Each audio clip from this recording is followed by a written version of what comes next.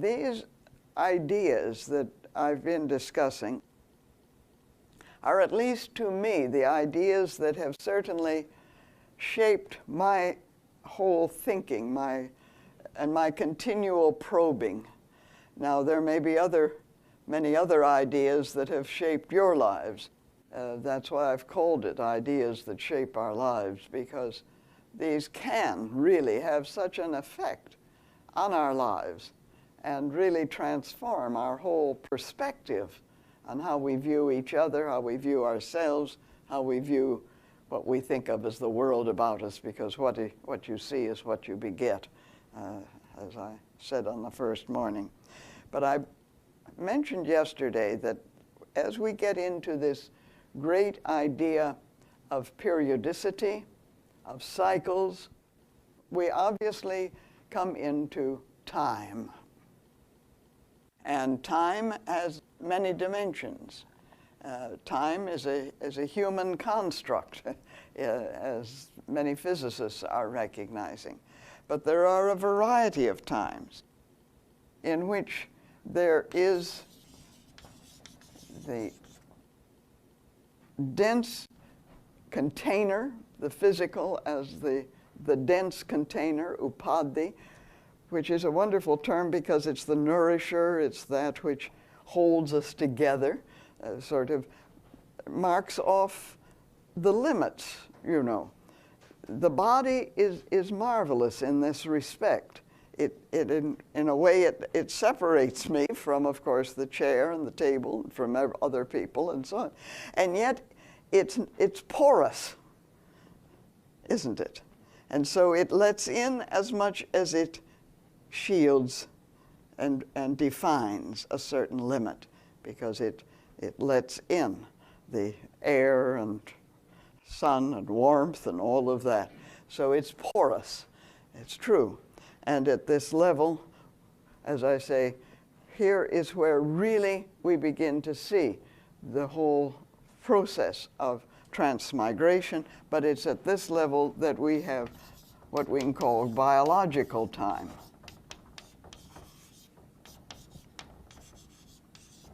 Which in many ways is different for every individual. We all have our own rhythms. We all have our own internal timepieces, don't we?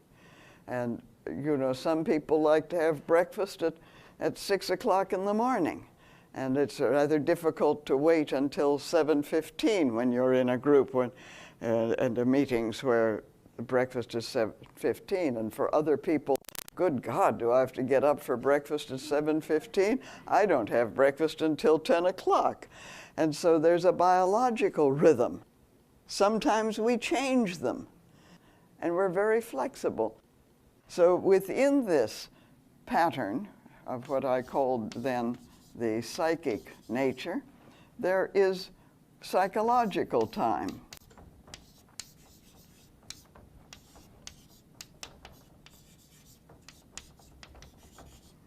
And if time permitted, I'd like to make a case that reincarnation takes place in psychological time. That is to say, what we normally think of as reincarnation and the after-death conditions and so on, that are really, to a large extent, in psychological time. But in this realm in which the psyche, if you want to do it this way, the psyche as both come among us, if that makes you feel more comfortable to call it that. But at that realm, as there is a movement, then we find mythic time.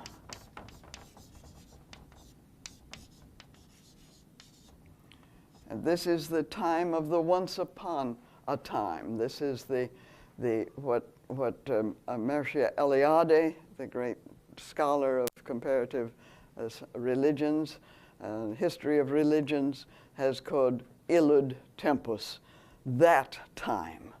All creation stories begin with the once upon a timeness. In the beginning. When is the beginning? It's any time and no time. in the Aboriginal traditions in Australia.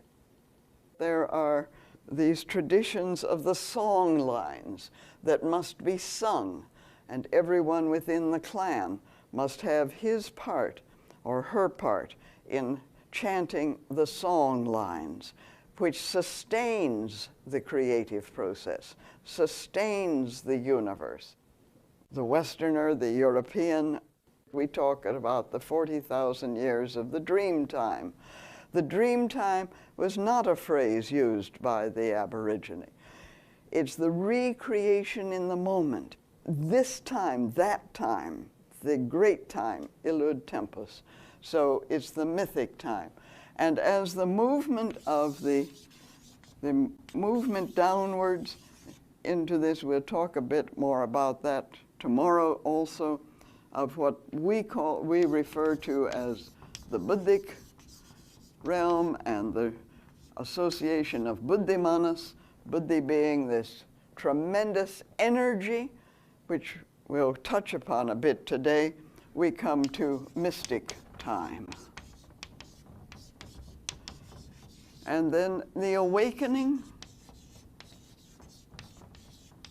which again, I'll talk a bit about, much more about tomorrow, but the awakening is, of course, no time. It's not the mystic time, but it is beyond time. Here is where language fails us. So it is that awakening, which then embraces the whole, which permits any time to be present, which permits all time to be. Time is irrelevant, if we actually in that. And so we begin to see the tremendous lawfulness in the third fundamental proposition. It's put that the cycle of incarnation or necessity, we talked about that, a cycle to which we are self-bound. We are self-binding creatures. We have been bound. We are on it. You know, you can't say, stop the world, I want to get off. We're on it. We're in the cycle. HPB calls this that cycle in which we now move on self-consciously, the burden of self-existence, the martyrdom of self-existence. The pilgrim, having struggled through and suffered in every form of life and being, is only at the bottom of the valley of matter. We bear it. That's what I'd like to conclude with tomorrow. But here she talks about in accordance with cyclic, and we've seen the cyclic, and karmic law. And we need then, I think, to look at this great principle, which we call karma. I think we can call it by many other names, as I will suggest as we go on. And I'm going to put karma here, because I think there's a progression, in a sense, that we need to look at, all of which is lawful. The universe is lawful through and through. It is orderly. There is a design. Often we speak of a plan.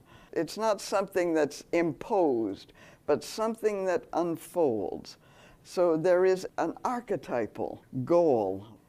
Everything that we do begins to form in patterns, underlying patterns, if you like. This is the lawfulness. It is present.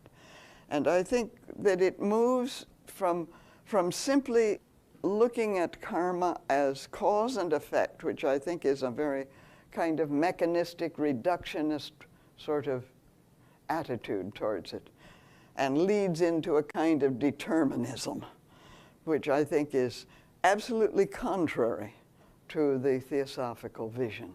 When we're released from that, then we begin to see that while karma operates in all of this, for the human being, for each of us on this journey, that becomes dharma. That is to say, it becomes our unique way, and how each of us, again, the root is dri, to sustain, to nourish, how we sustain and nourish and further the whole process. And this is done through the law of harmonics, if you like. All of these, in one sense, are synonymous with karma. We sometimes separate karma and dharma. In our motto, it's been translated as religion, because it reunites us with the harmony of the whole. It's also been translated as duty. But when you release within karma, within the action, the dharmic possibilities, this is your unique occasion. It is your part, my part, our part, in maintaining the universe, in maintaining the whole system, in upholding it, in nourishing it, in giving it direction. And ultimately, out of that, what HPB calls the law of laws, which she calls compassion.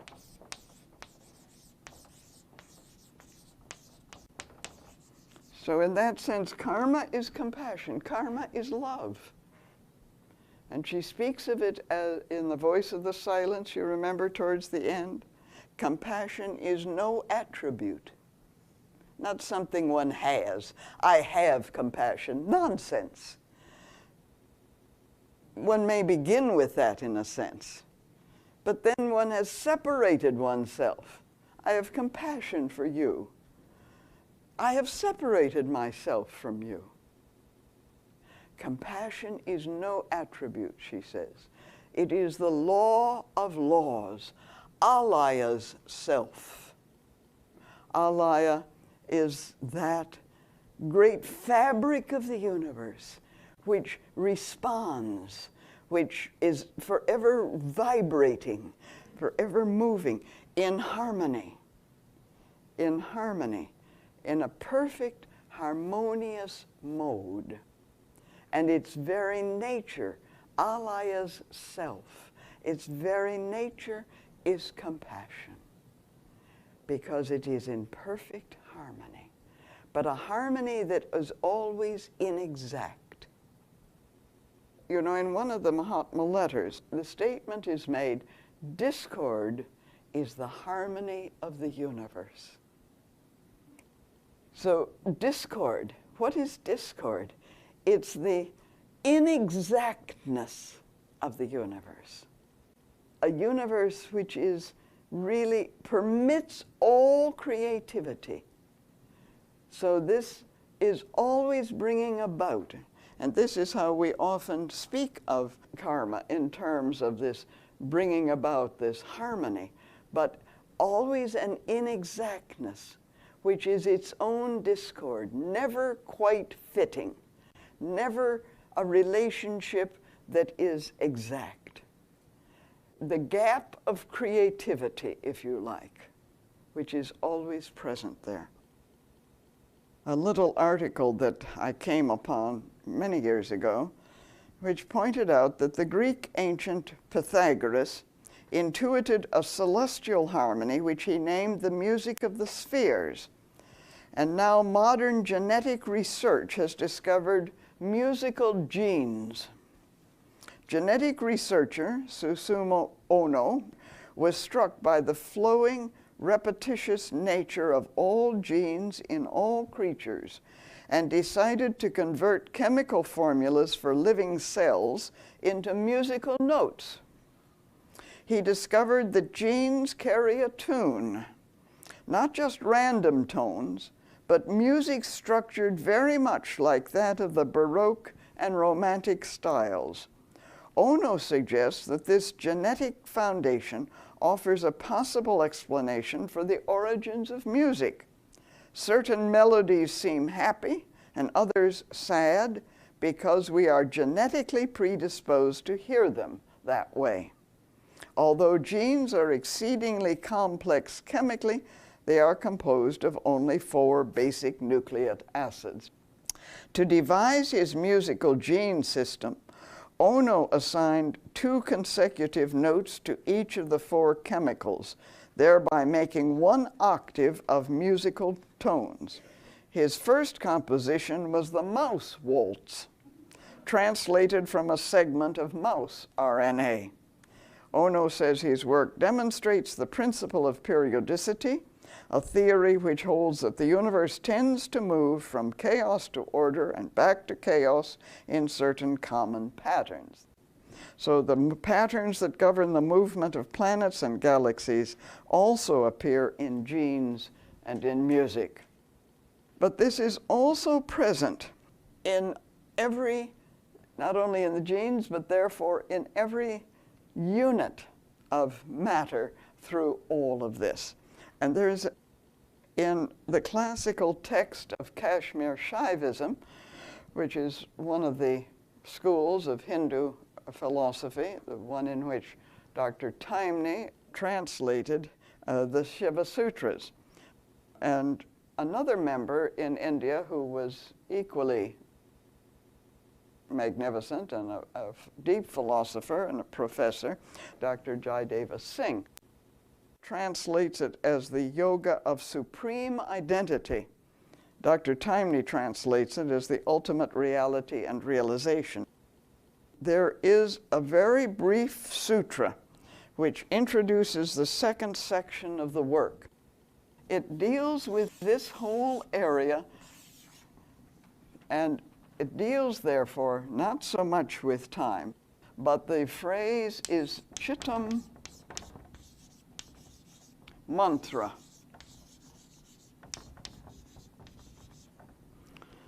Now, Chittam, Chitta is thought, consciousness, that which ponders, it's consciousness which is focused through the cognizing instrument, or manas, if you like. It's that ability to cognize. And as Dr. Taimni puts it, all the different states of mind, all the different states of cognition, all the different states of consciousness focused through the thinking principle, thoughts and ideas are essentially motions. Therefore, because karma is an action noun, karma is simply action. It's an action noun. To do, to perform, that's all it means, to perform. And what do we perform? We perform the music of our being, which is our dharma. And that discord, which it may produce, resolves itself into concord, brotherhood, compassion. And so, as Dr. Taimni puts it, harmonic or otherwise. Now, mantram, of course, is a term not easily defined, although it's used a great deal, and we talk about mantras, and the most famous, of course, is Om as the mantra. But mantra yoga is a tremendous system in which specific vibrations, even produced by meditation, can lead to a welling up of knowledge. So, Chittam Mantra. Mantra, fundamentally, of course, it's the sound, the primary sound, the sound of nature, the sound of our being. One has this in the Tibetan Book of the Dead, that during the bardo state, one must hear the sound of the self as 1,000 thunders roaring. The sound, what is the sound that you are making as you walk through the world? What is this is directly related to us. Chittam Mantra. In those 2 words is the fact that all of consciousness reverberates, resounds. finds its own harmonic and therefore produces overtones, undertones, which we often call, in terms of karma, the consequences, the results, this and that, and, and so on, and make mechanistic. But all the time, this resounding. So what sound is each of us making? Discord is the harmony of the universe. So how do we bring this all together? Dr. Jaidev Singh puts it that it's that mental awareness by which one feels one's identity with the highest reality.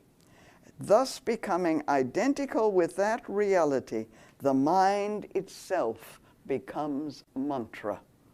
And he says further, the divine supreme I consciousness is the dynamo of all the mantras. And HPB, of course, refers to this in her esoteric instructions in the Collected Writings, Volume 12. I suggest if you want to read it, it's pages 516 to 520. And she discusses there the sacred syllable, Om. I'm coming back to karma, don't worry. And talking about the invocation, the Buddhist invocation, Om Mani Padme Hum. And in this, she says, the most sacred of all Eastern formulas not only has every syllable a secret potency, producing a definite result, but the whole invocation has 7 different meanings and can produce 7 distinctive results.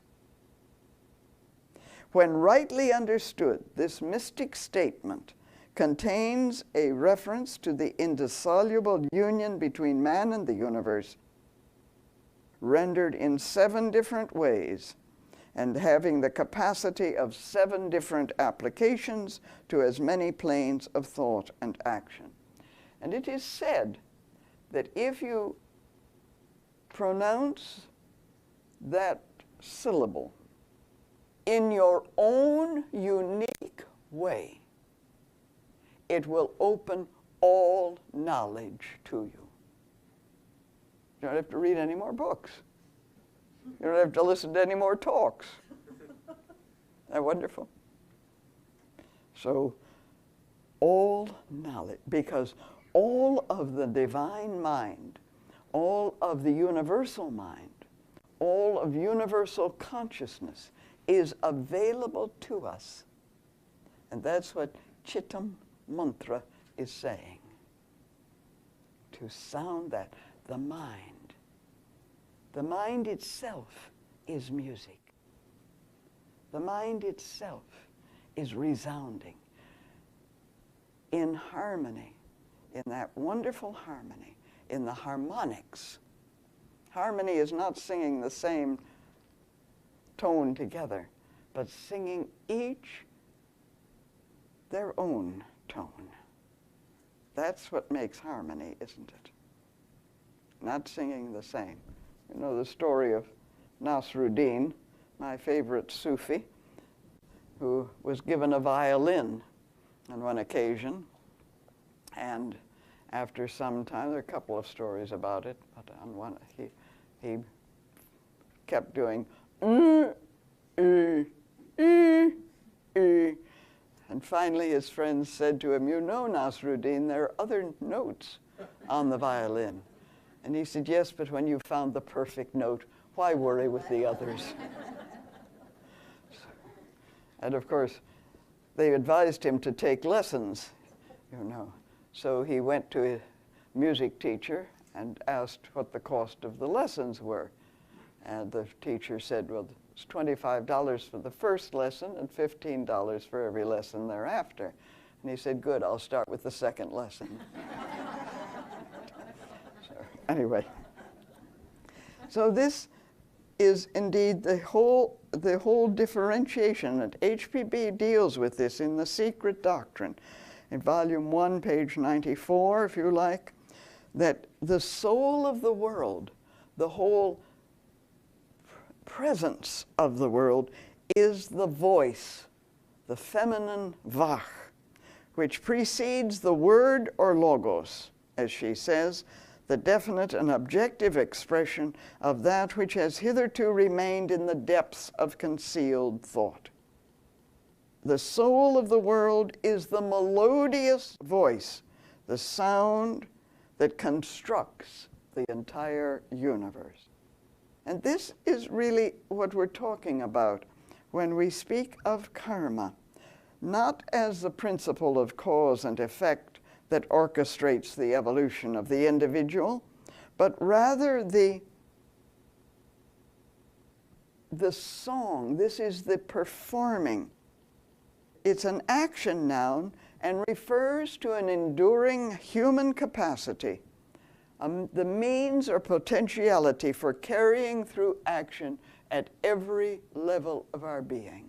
To speak, to be, not just through the voice, but how you speak by your whole being. And so that leads us into the fact that it is forever creative. And karma is not only a capacity, it's a disposition, it's the way we carry on our lives at every moment, in thought, in feeling, and in action. It's a motivational tendency. It can even be said that we exercise our karma when we're tolerant, helpful, impatient, or scornful, jealous, or being very beautiful and kind and nice. Such dispositions are set up and developed through experience in which some particular motivational tendency is called forth, worked out, and attains a finality in any activity of body, speech, and mind, as the Buddhist scriptures say. In fact, in the Buddhist sutras, the term katakama, or which is sometimes translated as one who has done a deed, really means a practiced person. Skill in action. Skill in sounding your own note, which is your dharma. So that together we make the beautiful symphony that sustains the universe. This is our responsibility. The term papakama is then a person of bad disposition, the potentiality to behave incorrectly, wrongly, badly. So the physical action or object, which is the result of a specific motivation, never corresponds exactly with one's original intention, although it may come very near. And so the circumstances of the final action are infinite and often depend on other persons' activities. And so there is always this collectivity, as HPB points out. We become identified with collective humanity because you cannot sound alone in a vacuum. We don't live in a vacuum. So this is always in relation, always in that incomplete relation. So it's not a matter of time, it's a matter of the immediacy of sounding one's own note, bringing it about. And so only certain broad features of the outcome can be considered controllable. As Krishna told Arjuna, you cannot appropriate to yourself the whole of any action, the completeness of any action. That is its fruit. And so, as Krishna told Arjuna, thy business is with the action only, never with its fruits. So let not the fruit of action be thy motive, nor be thou to inaction attached. Because there is always that sounding of the note. From such a point of view, and this is made quite explicit in the Bhagavad Gita, our personality, as anchored in the body, expresses itself in an outpouring of characteristic influences, some corresponding with our settled motivational tendencies, and others surfacing and still open to question, both kinds constituting our karma dharma. Both kinds are brought to us according to the demands of the situation. And so it is that all schools of Hindu thought focus on the transformation of human action, which is the law of sacrifice. It's the law in the Bhagavad Gita, in Sanskrit, it's yajna, which is always this movement in which there is a making holy of every thought, feeling, and action. It focuses on that transformation then of human action from a mode that is rooted in avidya, ignorance, resulting in suffering, to a way of life which minimizes self-concern and compulsive attraction and repulsion and so on. And these root causes in Buddhism are listed as the causes of misery. This is in the very first stanza. The causes of misery are not, and the ways to bliss were not. It's very interesting because you can't have one without the other. So it's always present there. The nidanas, they're called, the chain of causation. And so in the Yoga Sutras, Patanjali, the central premise is that karma is associated then with this binding factor, the kleshas, as they're called in the Yoga Sutras. And every action leaves a residue. Every note sounded has overtones and undertones, and it goes on and on and on. So every word goes on and on to the farthest galaxies. The reverberation is there. And these form, of course, habit patterns that dictate the personality.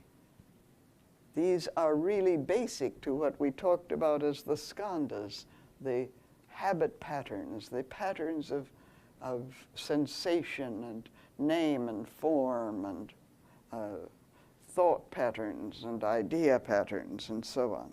And so through the practice of yoga, the influence of action, the influence of this performing, which is karma, as dictated by the kleshas, the afflictions, are lessened to where the individual is internally peaceful, and the note being sounded is the note of compassion, which is sounding through us all the time.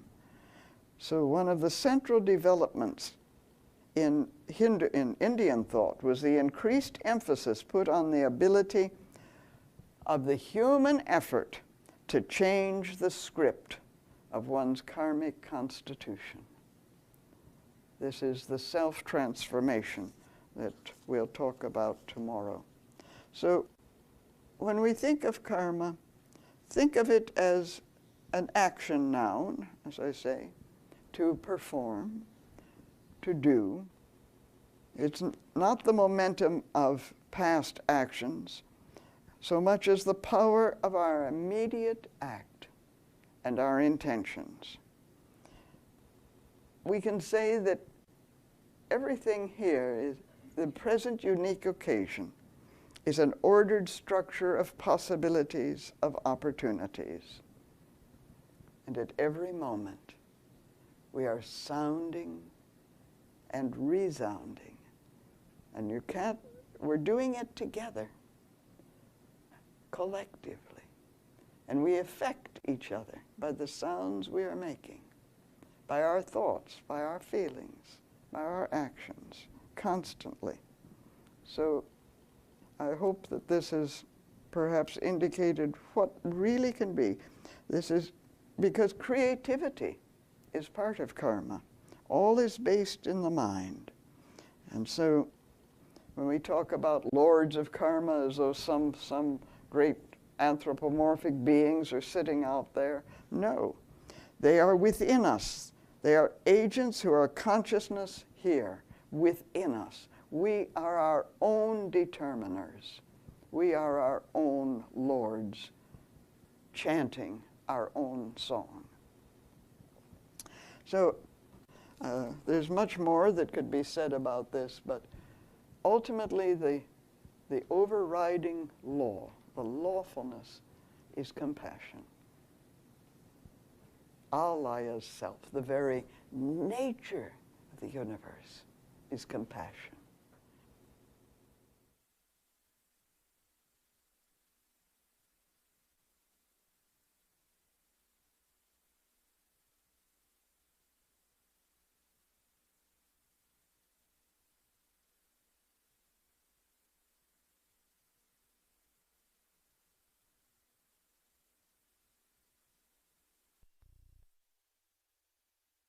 The following program was produced by the Theosophical Society in America.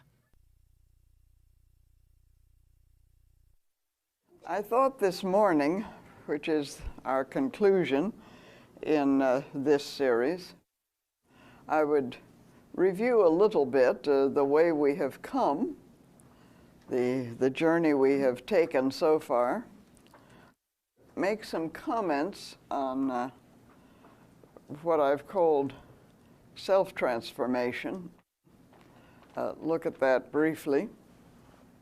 I began, if you may recall, with the idea that our lives are shaped by quite a number of factors.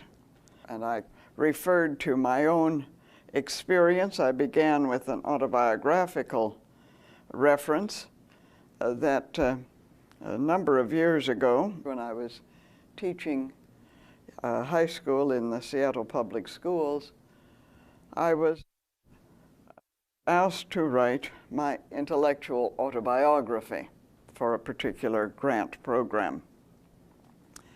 And I would like to suggest that in many ways this is a good exercise for everyone to trace the manner in which ideas have taken hold in your life and what the impact has been, and also how those ideas have changed, and the extent to which theosophical ideas have had an impact on our lives. Have they shaped our lives? Or have they been a kind of veneer, and we keep sort of refurbishing the veneer rather than looking under the veneer and seeing the deeper substratum of the ideas? Culture, our habit patterns, but to a very large extent, our particular Western language, the Indo-European language, has very definitely shaped a great deal of how we have approached theosophical ideas, because we speak in a linear language, because our language is very much composed of nouns, of things. We have objectified, and in that extent we hope things stay the same, because if I say that is a chair, presumably that's going to be still a chair and still the way it looks tomorrow and next year and so on. But has the chair really stayed the same? Is there not a continual flux? And we do this with people, and we have certain images, therefore, that we never change about people. Well, all of that, I think, was background. And then we looked at the great idea, which I had called unity-polarity, which I prefer to call chaos-cosmos, the development of a whole system. What HPB called this movement from radiation to reflection to emanation. And in many ways, This is an analogy. HPB, of course, gives a great deal of attention to analogy. Analogy, she says, is the Ariadne's thread that will safely guide the student through all the mazes of existence. It's a wonderful statement that she makes. And so by analogy, that in us, which is the essential identity, is all the time, in a sense, radiating. And by that radiation, we find our reflection in everything. This whole universe is a turbulent mirror, to use the term out of chaos theory. The whole system is a turbulent mirror. So we too create our own turbulent mirrors and fail to see that what we are looking at is ourself in whatever we see. What you see is what you beget, is what I had put up here. And then we are constantly in the process of emanating. And that, however, that whole process, as we pointed out, is, of course, periodic, if you like. It's a dynamic interrelationship. There is a dynamism to the process, and that dynamism has its own rhythm, its own periodicity, its own kind of time. And so, and speaking of reincarnation, for example, which is going on constantly, we need to recognize that that is only one part of the picture, and that all the time we're in a position of exchange. We are constantly in exchange with ourselves, with others, with the universe about us. A dynamic that is creating our own being and recreating our own being in a kind of metempsychosis, in a kind of metanoia, as I suggested. These are ways in which, from beyond the sharing, the transmigration of the very life atoms, that we also are in this exchange with the whole universe, with each other, with ourselves. But it is an exchange, as I suggested yesterday, that is grounded in a great lawfulness. We generally term that lawfulness karma, but as I suggested yesterday, beyond karma, as it were, or enveloping karma, because karma is that action noun, which is simply action. That's all, performing, carrying out, making, creating. It's allied to creativity. To do is to create, and that continual creation is really grounded in a relationship from which the ultimate lawfulness is then compassion. As HPB puts it, compassion is no attribute, it is the law of laws. It is Alaya's self. That is to say, it is the very fabric of space, of the universe. So we are not existent in space, occultly speaking. We are cut from the same fabric, which is space. Akasha, Alaya, Mula Prakriti, Svabhavat. All of these terms are used in the secret doctrine. Wonderful terms, because each has a slightly different meaning, but we're all cut from that primary fabric, which is the fabric spread out, which is illuminated from within, which is conscious. So it is often called Chidakasha, that is to say, conscious in its own primary condition of which is consciousness, which is equally unconsciousness, if you like. So it is that Chidakasha. It is the very fabric. And the fabric is at all the time pulsing, all the time resonating, resounding. And so cut out of that, we are all of us then resounding, sounding our own being. And so out of these great ideas comes one of the most profound of all theosophical concepts.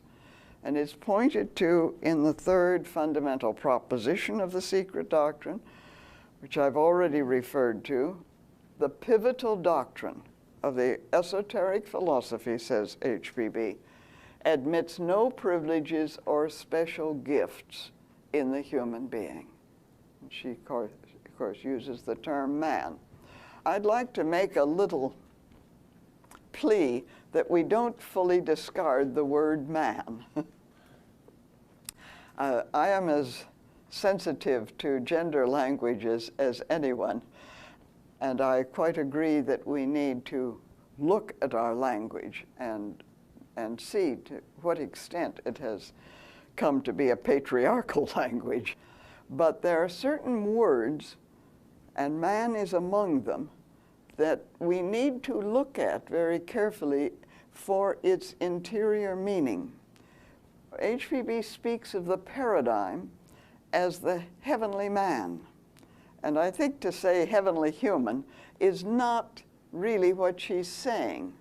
This is what is known as the anthropic principle in science, that being in whom manas is coming awake, in which manas has been stimulated.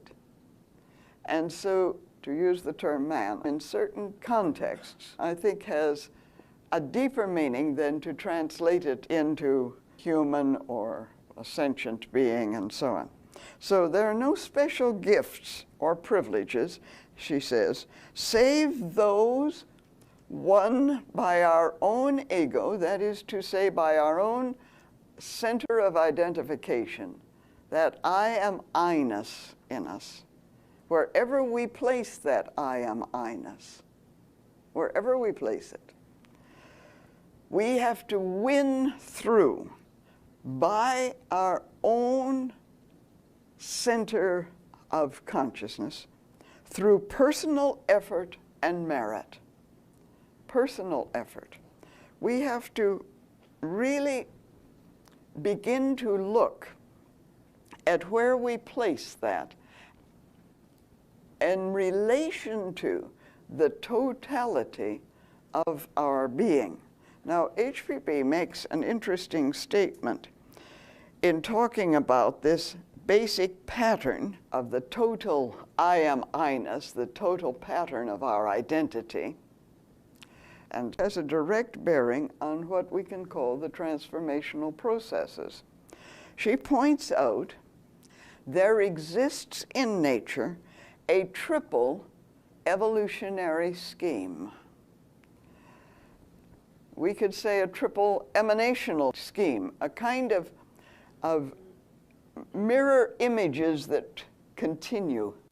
The whole universe as a turbulent mirror, which I think is a wonderful analogy there from chaos theory. And that mirror reflects and reflects and reflects. Have you ever been in a house of mirrors in some of these carnivals and so on? You know what I mean, that the mirror seems to go on and more mirrors. So there's a triple evolutionary scheme for the formation of the three periodical upadhis. Now, we spoke of this word upadhi, which is a wonderful word. It's a vessel, as it were. It's a vehicle which nourishes, which shapes. So when I talk about shaping our lives, what is the shape of your life, as it were, you see? Now, we have a physical shape, and that is the basic upadhi. This term, upadhi, indicates that there are these form-building potentialities at three different levels. And so she speaks of them as inextricably interwoven and interblended at every point. These, she says, are the monadic or spiritual. I'm not going to go into all about the monad, which would be interesting. The intellectual or monasic, and the physical, which includes, of course, the patterned body, which we often call the etheric, but the model body, of course. So when we consider our very nature, what we're dealing with are three form-building potentials in three different domains of our being.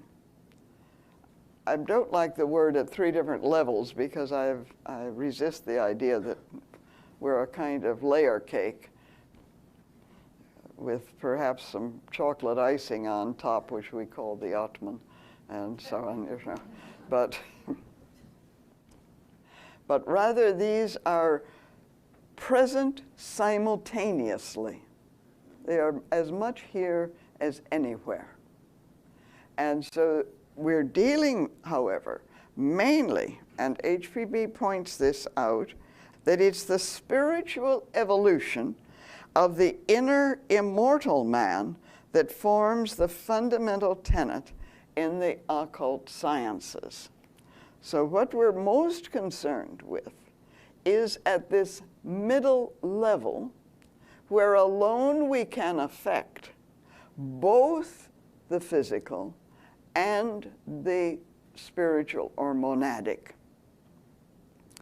Our center of awareness is in the midpoint. In fact, Mahatma Maurya makes a wonderful statement that I think really helps us to understand this. The whole individuality, here is the I-centered consciousness, the I am I, ahamkara if you like, is centered in the three middle or third, fourth, and fifth principles. So we do need to be aware of what are these principles.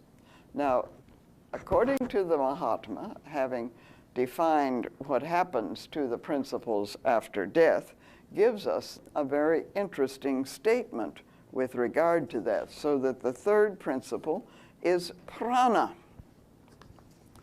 in the original classification.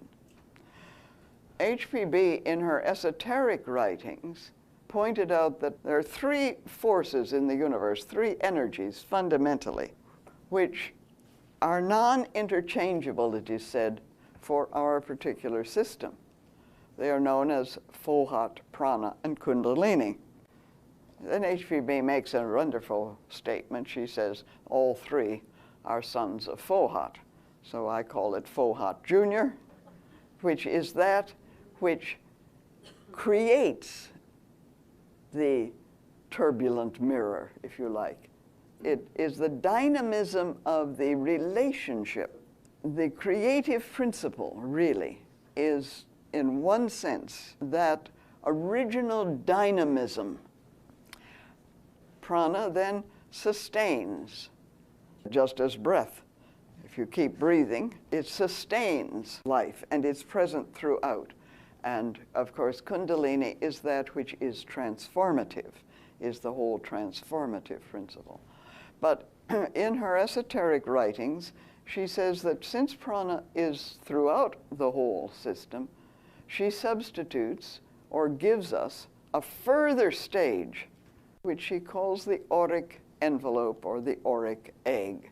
Very interesting, because it is this kind of envelope, if you like, this kind of all-embracing covering, which is composed of all of the karmic seeds, the seeds of the skandhas, which we've already mentioned, and which therefore has to be cleansed. So from the point of view of the Mahatma, the third, fourth, and fifth principle, prana, kama, K-A-M-A, which is, of course, the desire nature, the passional nature, and the fifth principle, manas. And then the Mahatma continues, during earthly life, it is all in the fourth, which is very interesting. The center of energy, volition, will. So here in the kamic, in the passional nature, which is a reflection of compassion, we'll see that in a moment, but the passional nature, which needs to be purified, which is often our stumbling block, isn't it? It's often that which is the biggest obstruction for us. I always think of Mr. Krishnamurti, and I heard him say so very often, you lack passion. That is to say, we lack this interior commitment, and it's through karma, a reflection then of compassion. It's through karma, suggests the Mahatma and HPB, of course, that our real commitment, the whole energy of our being at this stage of our evolution is focused. We need passion. I think really, if more of our members had that kind of passion for Theosophy, what a dynamic society. This is where the dynamism lies. We have a passion for these ideas, and so they change our lives, they shape our lives, they completely transform our lives. So during earthly life, it is all in the fourth, the center of energy, volition, will. And then he speaks of the difference between personality and individuality. The former, personality, hardly survives, but the latter, that is the individuality, to run successfully its sevenfold downward and upward course, has to assimilate to itself the eternal life power residing but in the seventh. Now that's Fohat. That's the eternal life power. That is the dynamism of exchange, of sacrifice. This is what Krishna tells Arjuna in the Bhagavad Gita, that it's the very dynamism that brings into manifestation the whole created system. With one fragment of myself, I create, I bring it forth out of my being. This is the dynamism. And so the life power residing but in the seventh, in Atman, is the dynamism of this primordial sacrifice. And in myth after myth after myth, the whole creative process is presented as the sacrifice of a god, the dismemberment of a god. One gets it in the Nordic mythology. One gets it in so many myths. It's the dismemberment of the god. And that dismemberment is the result of this primordial energy of Fohat. And then blend the three. And here is the transformation that is expected of us. The fourth, fifth, and seventh. Notice that. To blend these, the fourth, fifth, and seventh, Kama, Manas, which is now our focus. And this is where the transformation, the metempsychosis, is to take place. The cleansing of the thinking principle. So blend the three, fourth, fifth, and seventh, into one. Buddhi, the sixth, which is to be awake. Maurya goes on to say, those who succeed in doing so become Buddhas, Dhyan Chohans, etc. Now this is the goal for our human life wave.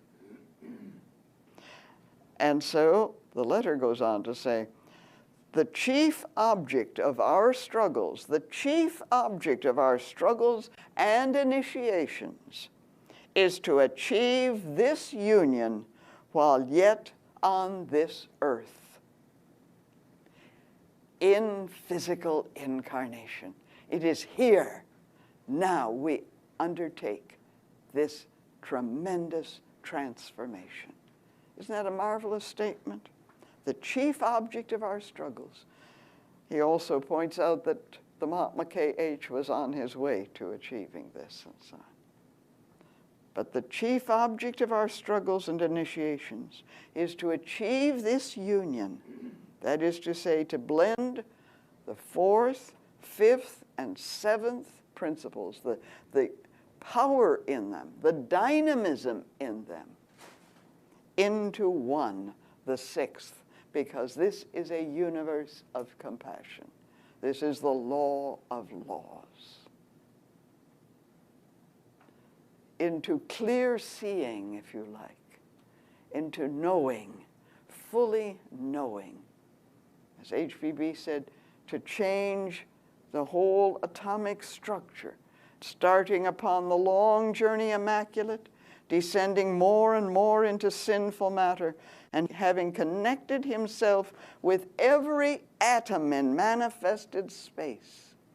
This is that interrelationship, that dynamic coming into relationship with every unit in manifested space, the pilgrim, that's us, the monad, having struggled through and suffered in every form of life and being, is only at the bottom of the valley of matter, and half through his cycle, when he has identified himself with collective humanity, it is the martyrdom of self-conscious existence. This is the work that we are to undertake. All of these powers are within us. And so when HPB speaks of this triple evolutionary scheme, she focuses in, of course, on manas. This is where the center is.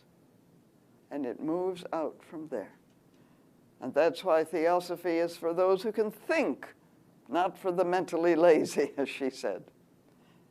And it's why, as she said, the study of the secret doctrine is intended to change the little brain waves, to restructure the very brain, she pointed out to her students, you know, to bring about a totally new structure.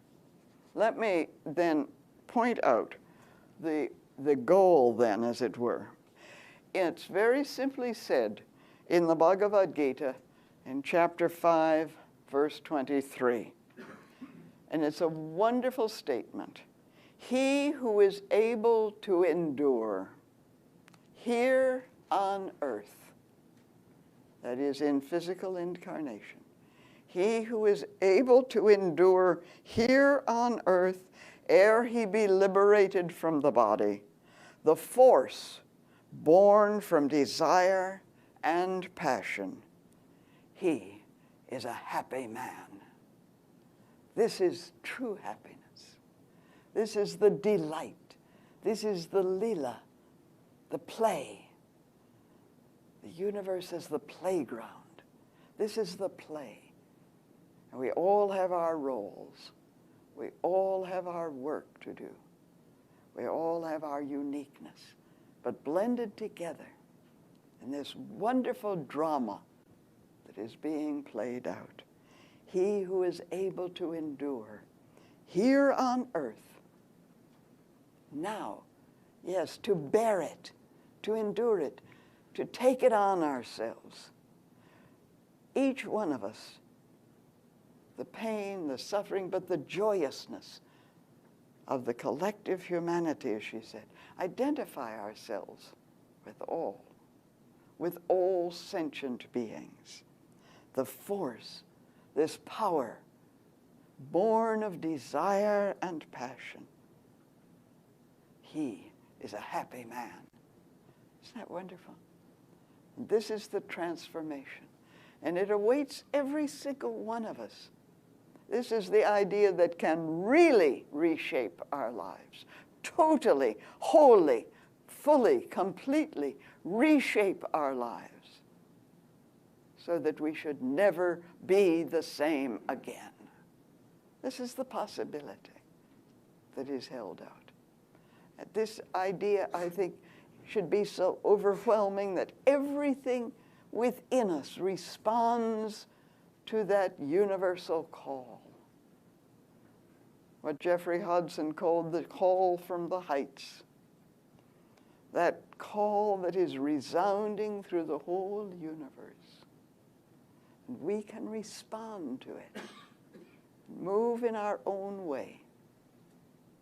But it's exciting. It's the most exciting adventure anyone could ever engage in.